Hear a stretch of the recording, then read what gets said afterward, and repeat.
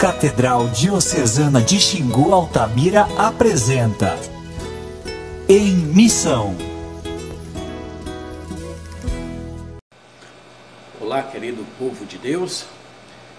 Nesse nosso encontro de Em Missão, hoje gostaria de falar um pouco sobre as transferências que ocorreram nos últimos dias e também a composição do novo grupo que vai fazer parte agora do Tribunal Eclesiástico aqui da Diocese do Xingu. Sobre as transferências, vocês sabem que o bispo, vez e outra, então ele transfere um padre de uma paróquia e vai para outra paróquia e faz um mexido aí para fazendo com que os padres possam ter experiências com outras dioceses e também o povo possa ter conhecimento tanto do padre como do trabalho dos padres da Diocese do Xingu. E isso faz parte também para que não possa criar vícios e vínculos de maneira tal que o padre venha pensar que a paróquia é sua. Então, o Código de Direito Canônico já prevê essas situações em que o bispo possa, vez e outra, transferir os seus padres. Aqui na Diocese do Xingu, então tivemos algumas transferências nesse mês passado, mês de julho. As transferências foram Brasil Novo, o padre Gilmar, que serviu ali por alguns anos, ele foi para a nova prelazia, a prelazia do Alto Xingu, e saindo então da paróquia Corpo e Sangue de Cristo, lá em Brasil Novo, ficando a paróquia vacante, então o bispo Dom João transferiu o padre Valdemar, que estava já há alguns anos, parece que 12 anos, aqui na paróquia Imaculada Conceição, em Altamira, foi transferido para Brasil Novo. É uma nova experiência para o padre Valdemar e a gente deseja a ele que possa fazer um bom trabalho nessa nova paróquia. O padre Rosivan, que ajudava o padre Valdemar na paróquia Imaculada Conceição e que foi ordenado agora recente, ele foi então, aliás, ele não foi bem transferido, mas tomou posse como pároco da paróquia Imaculada Conceição, uma vez que ele já tem algum conhecimento, porque já atuava como diácono e passou ainda uma experiência como padre nesses 2 meses na paróquia Imaculada Conceição. Então ele já assumiu a paróquia. Tivemos então foram essas transferências, saída do padre Gilmar, posse do padre Valdemar e posse do padre Rosivan.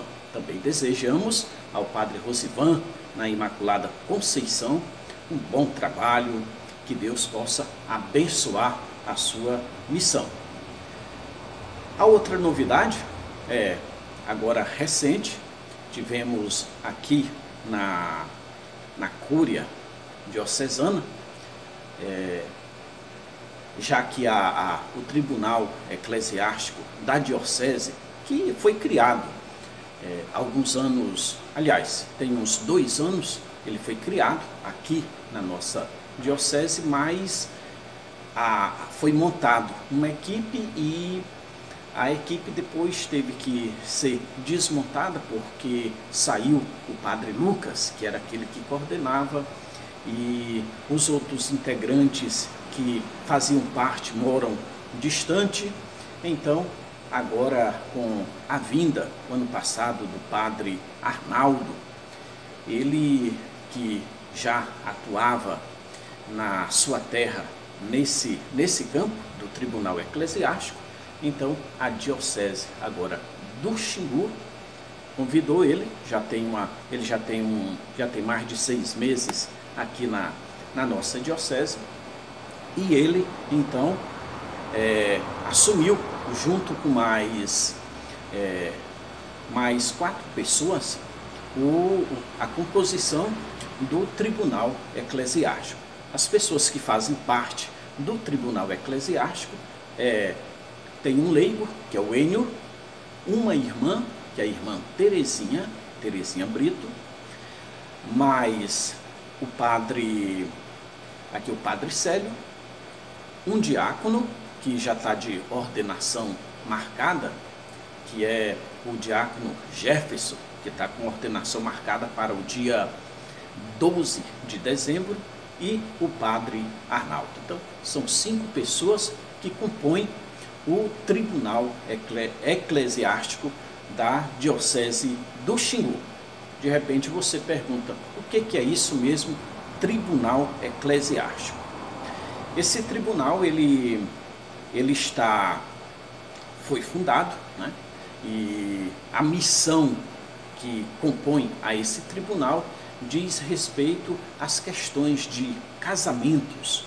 Vocês sabem que na nossa diocese, e aliás, isso não só na nossa diocese do Xingu, mas no Brasil inteiro, a maioria dos casamentos, eles acontecem, mas não são casamentos válidos.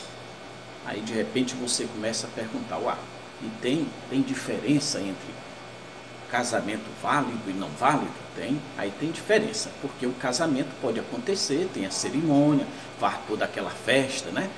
E de repente o casamento ele não é válido porque existe alguns elementos que não foram levados a sério para que o casamento de fato acontecesse e fosse reconhecido validamente. Lembrando que o que faz o casamento é o amor, mas o amor, ele obedece certas regras que a igreja, então, ao julgar o casamento válido ou não válido, ela vai levar em conta algumas questões. E a gente sabe que por causa disso, muita gente se separou, casou, aí se separaram e depois se juntou com outro, ou ela se juntou com outro e pretende casar na igreja, mas como já foi casado, e não pode